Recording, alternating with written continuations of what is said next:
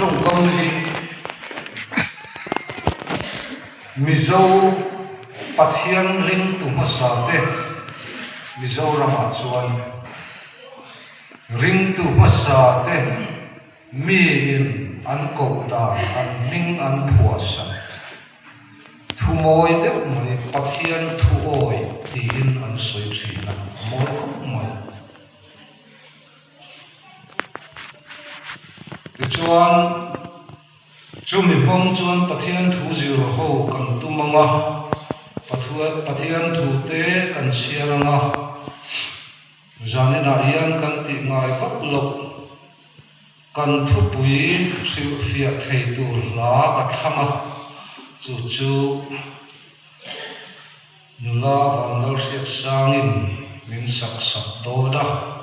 ram changa kan ko do na ni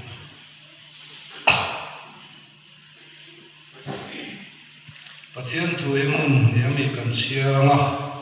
amasa in chanchin tha lukazia bung khat cham som thum le paria hi kan siaranga te chuan sam number za som thum pakwa chang bul tanin kan siar le do na ni pathian thu chiarin ngai thang u ten marin ngai te lalpa boy nu kani i thuang zelin kachunga thleng ro se ati a ten van tir ko chuan an kan san ta a hei hi pathian thu oi trong kam ani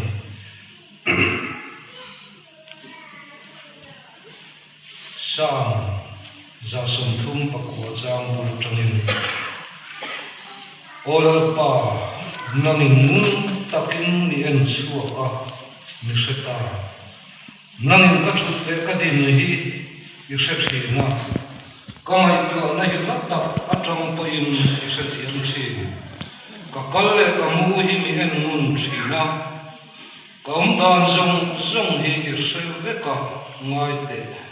olalpa nangin sia thwai vek lo chu ka leya hian thure renga umlo nangin ka nung lam le ka malama mi wala ka chunga i put i man boka suti ka wa sia na chu ka tan ama lu ka asame ma ka pha ko ani i tharau na ta hi khoya nge ka kalang i ma ta hi khoya nge ka tan bo vana an lonila chuta chuan yum si a seora na siamila ngai te chuta chuan yum mok si a zin kha zain tu fin je to te yo om ila chuta po chuan ikutin ni suayanga ikut ding lamin mi chel don si a athu thiam nim kan sia telal pan kan zatan min so sakro se hey zanina kan thui tu hi soi hu om tak ni in ka sia ti hian kan chen ho du la tu hi nge pathian thu oi lo kan in khalo a chan chu mi hring chuan chung ril nun kan in hu sak thei lova amalo chu in kim kan chanchin kan dan kan hun man zong min hriat sak veka chiang taka min hu sak tu awamani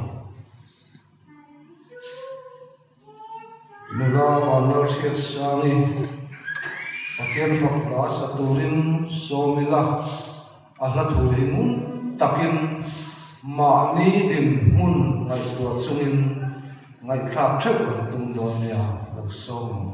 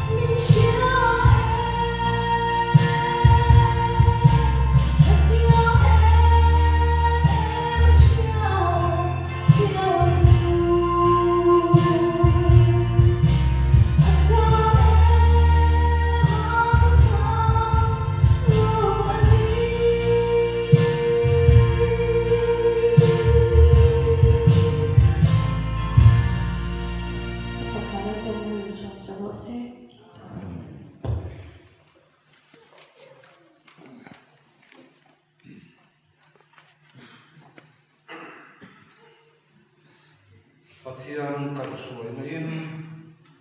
Christmas takin ko san hoten kan mang zova kanin khom tam lai ka chuan an lo maya chen khat du tho deuh ten kumin chu kan hul riau mai kan zai po tui lo aman la lo ti po la oma amaro chu in me sia tangin Chrisel lo tak mai a dam lo chu Christmas man de ngai em maya keima pi ka chuan kumin tu Christmas ka man nom hi ka hello nga ka ti man ka ti kho maya kui chi sang sang kan ngai kha angai nom po ka ti kho mai ti chuan hei kum sang ni som ni anga kan mang ral tre tamaya kan hun mon to kha ma ni in han chui kir char ta ila en kimamin khetu en kim min ngai tua sak thil tu em kim min rel fel sak tu kan mamo apiang min petu thi lau om laka min veng tu pathian thu hinge kan oi zo keima ni ngai tua na kan trang ma kan tan riam zo hi zanina hian mu taka ngai tua trodin ka si Cina kan langai kha kan khan pathianin min bu feka kan in soi sak angai lo mi chan chin chia kan va soi sak po angai lo mi om dan thalo kan va soi sak po angai lo kan om dan tha kan soi po angai lo lalpai min bu amin fek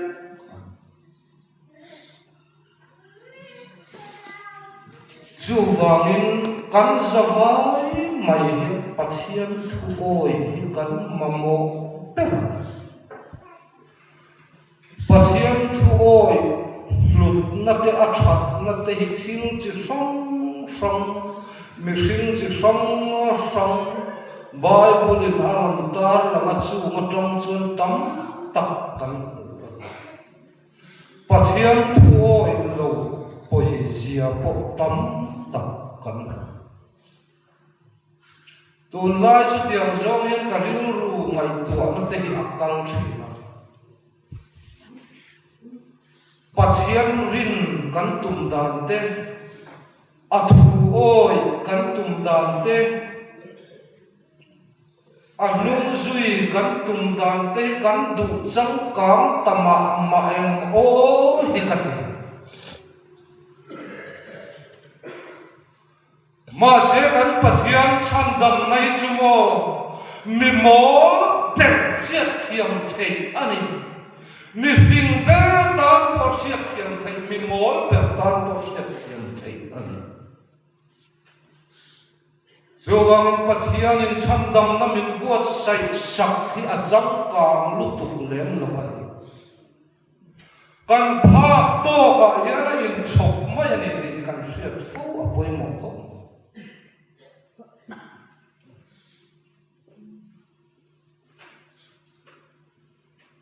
hey ni china thuma kan soyang khan ha khovin kan khosa kan om da kan ngai da kan rim da kan soi kuala kan rong bol pui te to kan rim lok chang te an oma ani chu chu ti khati ani chu chu ti khati ti akan in soi kual atam mai ani zanina hian nam chu pathian thui oi lo in ti sak thei tu ma kan om lo nang chu pathian thui oi ani in ti sak thei po tu ma kan om lo ani Amaro chu kan chan chin min riat saka min chin sia sak tu ero chuan kati suar kati diklo ama ka phat san a hreven Jovangin eng tikni a emo chuan chu tar lamin a rawm dona ni ti po kan riat a poimo an he kan sual kan ti diklo na te pathian thu oi ang taksi a ma se a phofua ka tal mai kan lo ni chuan a poi don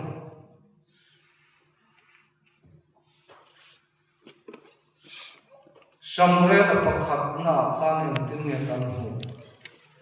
lal so la chan chin kan hu a Israel lal ro pui tak mai ani zanin chu biak in khat ngai thak tur ka in pu cha ka in pu cha na sa kan ei tam boka amaro chu pathian thu ni sela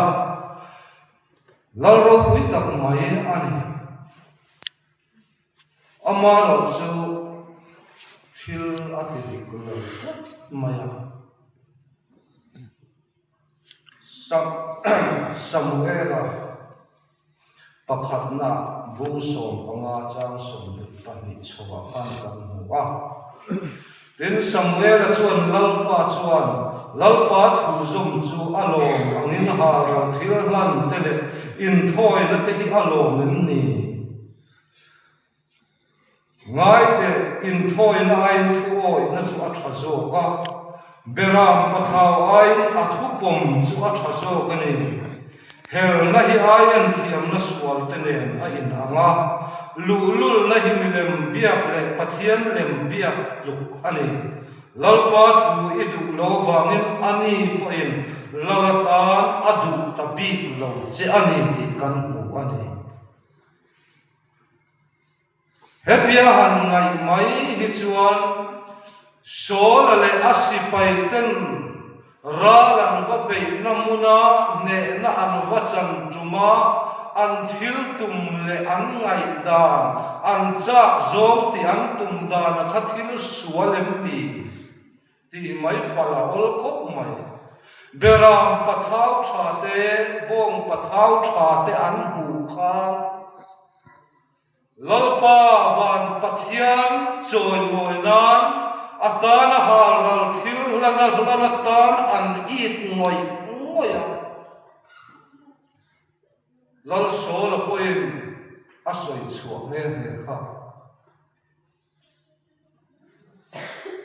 amaro chutiang in thoi na te in choi moi na te ai chuan pathian chuan athu oi chu alom zo ka ni tuna huna po yang Christmas kan man liam me ka po ka ho amin kan ti vuta anwa a ro puyani kan in pu cha na po a tha tho khatani zan kha chu heta yan kadinga khuang leng sau lam tei rol rual ho an lo kala mi som panga thon la no nin zui khoma kan biak in sei moi tu tena an sei da an han mu khan an van chang kang pi ke o an ke tun pi member te po an ril ru po hi a chang kang hrim kan phak lo biak in ne ne avan in choi em ven pia an fak mol mai ni chei moi tu ho kha chu tiang chuan kong chi sang in kan in puak cha na chu a ro pui khop mai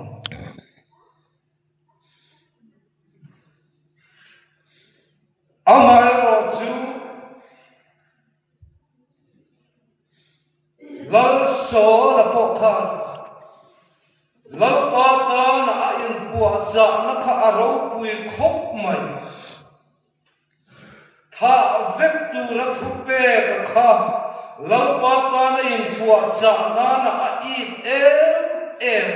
aron hol ta a lal agaka ne aron kai ko mani kha pathian in tin nge ati ka thu I oi lo famin ke poi lalatan ka du to pi lo che pathian thu pom lo pathian thu oi lo I afan lo om em te lo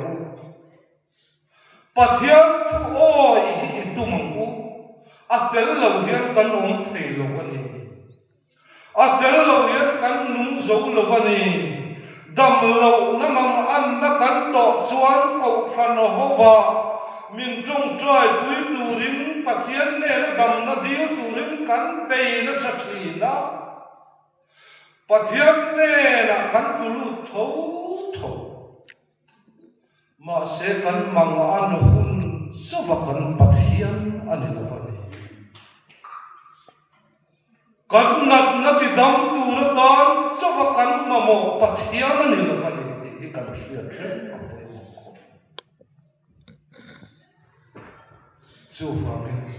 pathian thu hi kan oi amhan hei zanina thalai kan om thia no pam te en tin nge kan kha kan bible kha nau pam te u lalpa chuan in nu le pa te thu zo zo chu thil dik ani si a chu ti chuan itan a tha anga le ya hian idam rei bok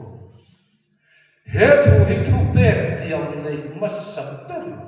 a ro puise thu oi na hi pathian hian afangai poimo te lul e ama thu chok ni lovin nu le pa te thu kan oi hian tamare na min pe ka tiam ani kan rama ahun lovathi kan tam ta he thalai rual thi kan tam ta he abi takin mai sia ain mi pa kan thi mol mai le ma em vang nghe nhắm le nu le pa te na ti lo tur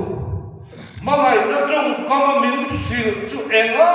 ma ngai lovin ke ma ni nuam ti zo ma kan khosak fo thina wang yan kan nun hilal pa in min ti toy sak ani ti in ka ril ruwa yan om ta kan film khur avangai e pathian thu kan oi avangai e nu le pa te thu kan oi avangai te WhatsApp group pakhata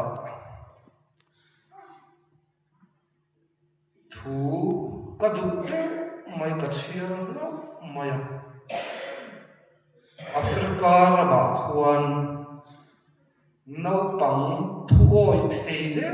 maya ma apa thu hi en lai mai an lia lai lo ani ti chuan ni khat chu thing buk nuaya a thian te ho le ran in fiama an lim kho a min chu Philippa ani a ti chuan apa chuan an in fiam lai chu kongka atangin a thi renga nakina chuan apa chuan aron au ta thut mai Philip bokro enga tinge kapa ati lo re apa in bokro ati rual chuan a bok maya Philip cheto su semia lovin omro atia ti chuan bok khup chung chuan athode te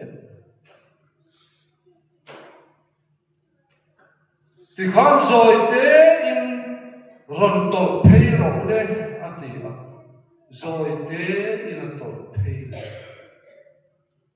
ding to ro le atia adinga lo tlan ro atia apa chuan za takin abana lo phara apa o ma chuan aron bok phei thop maya apa in alo ko Philippa ngau pang thoi chuan apa thu a ren chua ma chuan apa ne na zo na siam lo le angai dan a soi chuak lo le lali suane ani am katikho nangle kei sual boya tang me chatuan nun na jang thei to lo chu pathian min mangai na awangin nangle kei nun na kan nei le thei na turin pathian in van ro puyami afa chu aron tira thi khop bia la thu zo mina oma o amang an zan te kha kapa a thei chuane no hian min pel lul ro se kapa he thil ka to tur hi pum pel ka fa du te lul e theng lo se ka fa du e hei hian min kan san sela im ila ka fa du e ati ani ma se ato khan na chumo ni ma sela ke ma thu ni la fin I thu ni zo ko se lali so Krista in thi khop ya la pa thu azam wangin nangle kein chatuan nun na kan lo nei le thei pha ta ani Philippan apa thu azam tat wangin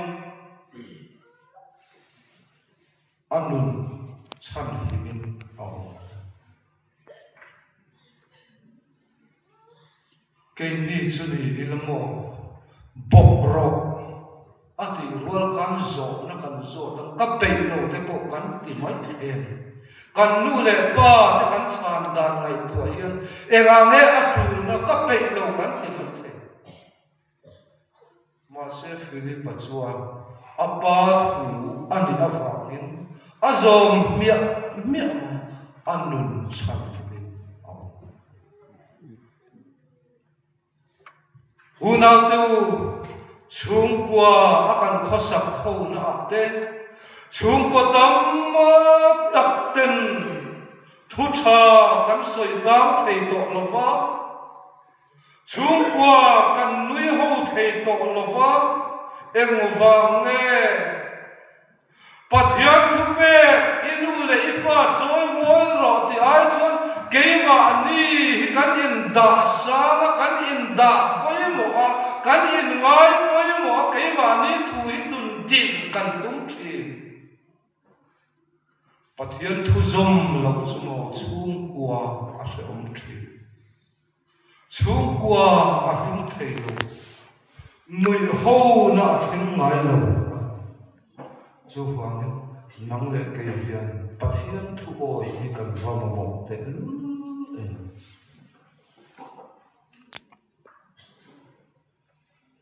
pathian thu oi thu kam ma mo hi nang le ke hian kan nei mi pathian nung zui tur le pathian ring tur hian mo thil har sa hi au lo vari kan siat na tur le kan chat na tur malsom kan don na tur le an sia kan don na tur he Bible pathian thua yan kan pe le pe lovin kan siat the na om kan thu siat te hi mo khe mai lovin zo mai ta pathian thu ani chuan e ti mai tai kan tan ni na va tha do te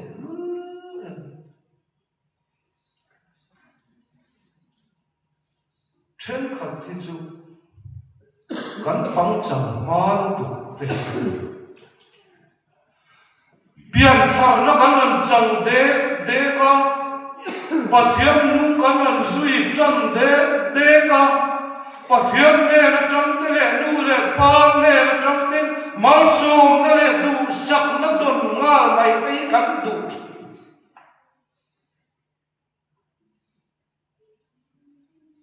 chu tiang chu lo ni si lo thi na kan vui kan ti ta hei pathian thu oi om dan tu na ni nga lo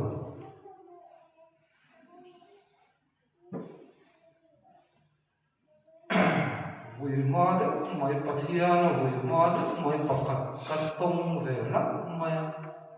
an soi mai ta min trong trai ro ram tia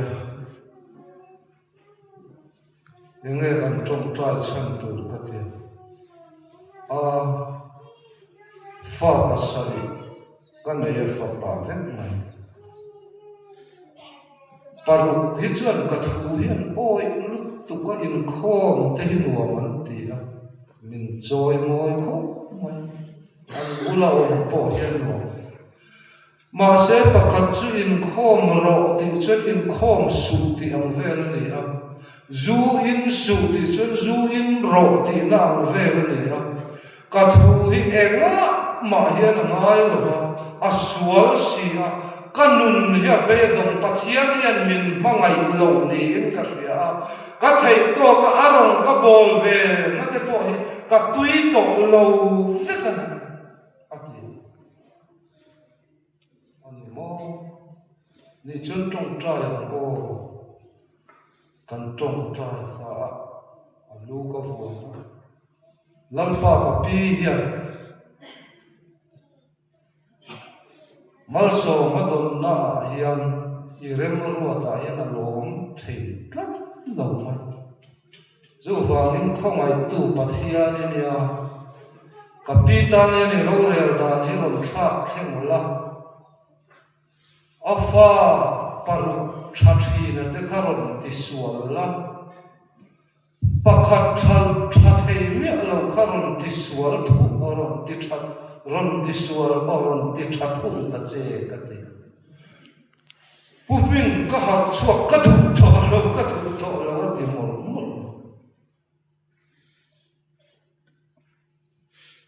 ring tu kan ni awang lian pathian thu oi kan ni awang lian thil tha zong hi kan chan tu ran ni big lo ti po kan hriat a poi mo a har sa te a khir khan te kan chung a lo khen chang a angai ni kan tot ang hi midam te pon an tuan ve tho hi lo ni jo wangin pathian a yan vui na tu re ni ngai tu a chian chuan a lo om lo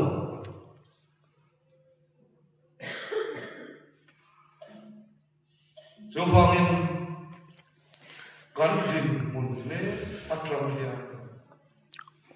herin tunun kong zo tu rian pal bot lovin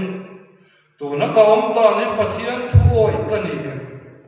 ka om ta na yan la pa lum a oi angem pathian ka ti lo mangem pathian ka chunga hian alum ni angem ti a kan thil ti kong em kim mai kan ngai tu chia angai ring tu masa Christian masa pathian thu oi anti te kha tharau zakham na te pian thar na te kha an la mer fiat lo ani mai te ma se pathian thu kha an oi ve topa an fiat chun chu an nun pui maya an zom maya reilo te an thanem ngai na pathian ta na an rin om tat na wangin zoram chu Christian ram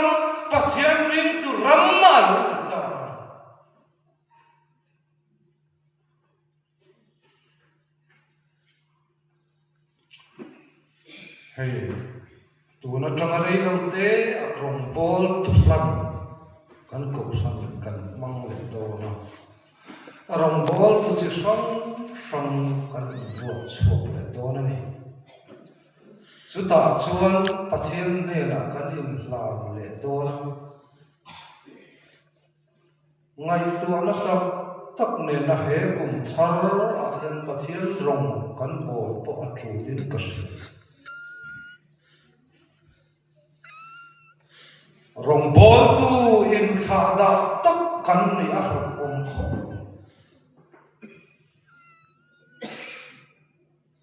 rong bol tu ko san committee na mo phur na pathian thu anga tak aron bel to te hi chu kan mo phur na hi ari dang ti to hi kan rin a chu rong bol tu chu pathian thu oi ni tura be se kan rong bol tu chu pathian thu oi lo an ni arin om lo va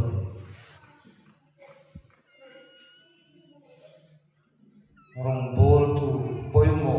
tak kan hi chuan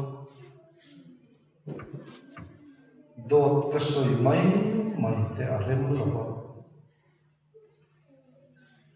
mi ka rel mai te mi chan chin sia ka soi te a vai lo a in me lo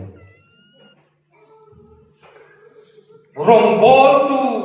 am teu kan ni ang ti te a lo om kho in mun lo ram ma yan rong bol tu am teu mai mi te nan soi sep kan ni ang ti te a lo om kho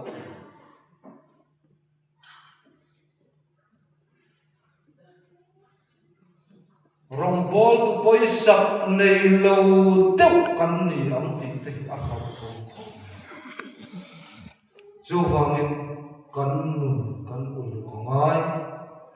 kan rong bol nei pathianin lom tla ati thot chuan he biakin lo loi lu tu ri chu lal pan min pe atiam ka ring ka kho har tak hian kan om fo ka ring lo apoi mo lian pera chu rong bol tu le pathianin kar hi ai po thatura ni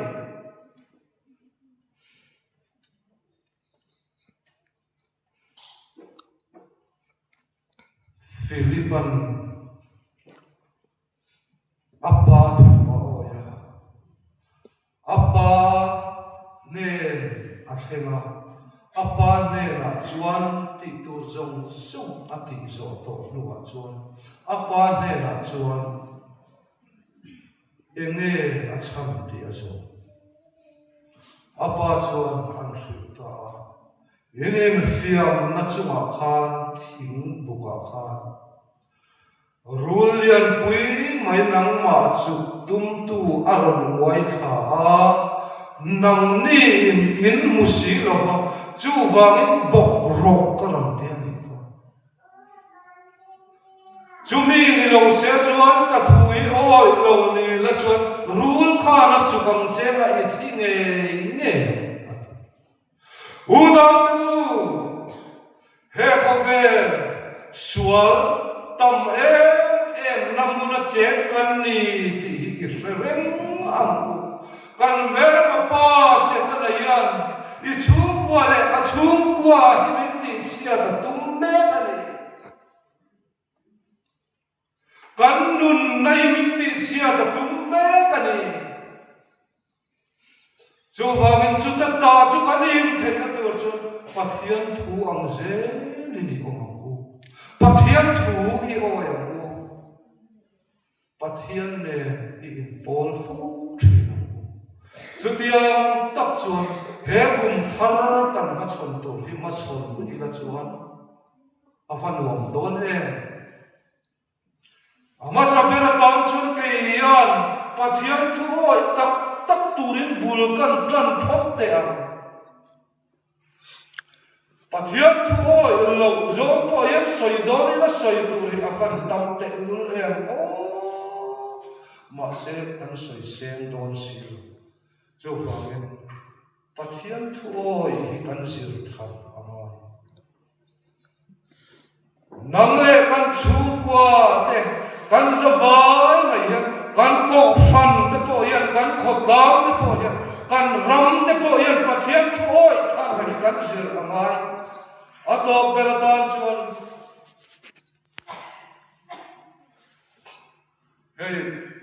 Bible Society anga un rei ka katanga ma kan la to na kan tar kat lian pera kan nei thin chaina tur la chuan Christian punchak na berram anita khovel nun hi adang lam me a angko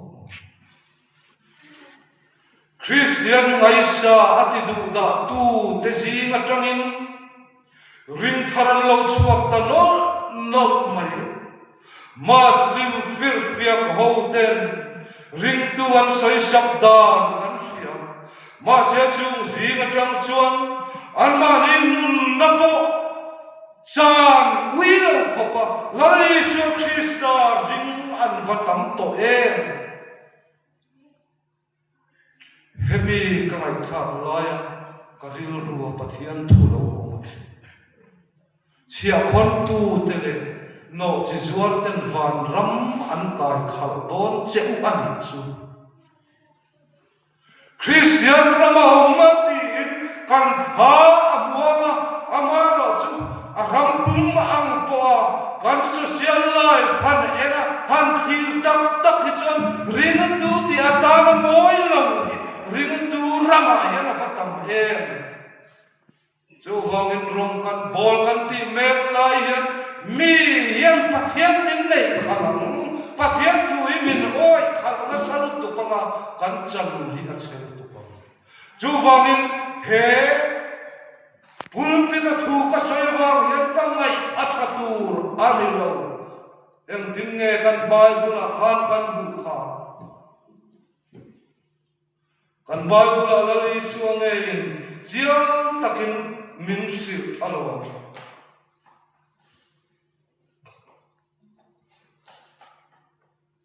van ram cham tur te van ram lu tur te kha ko pa du zo ti tu te chau in van ram lu ta varo pye ko pa du zo ti tu kan la bia trong tran kan pa va na mi kan soi se idu zong va na anti ami leyamin ti ro se thupe mente va na Pathian poyan khoi ngai lo Pathian du zong agin om chi chu dia wa om ve tu chu in ni min ti ani thu isoi vangin van rami kal don lo o angai thak ta ni lo thiam sak te o kat chang na ve te si ila ma vangin van rami kai ot lo mai the in khom vangin van rami kai ot lo mai the ko fan ni phung ni ka soi se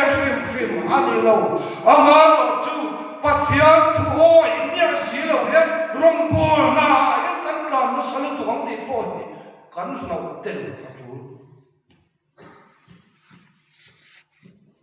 ka pa fa mi du zong ti tu te so pa ra do na ni so wa men nang le kai Pathian in min kan chan seren chunin Pathian thu oi kan tum thar le ma Pathian thu ang kan om thar le ma i thu ani chuan i thu a om kan tu i thu na ani si a thu kan soi te la kan zata man so se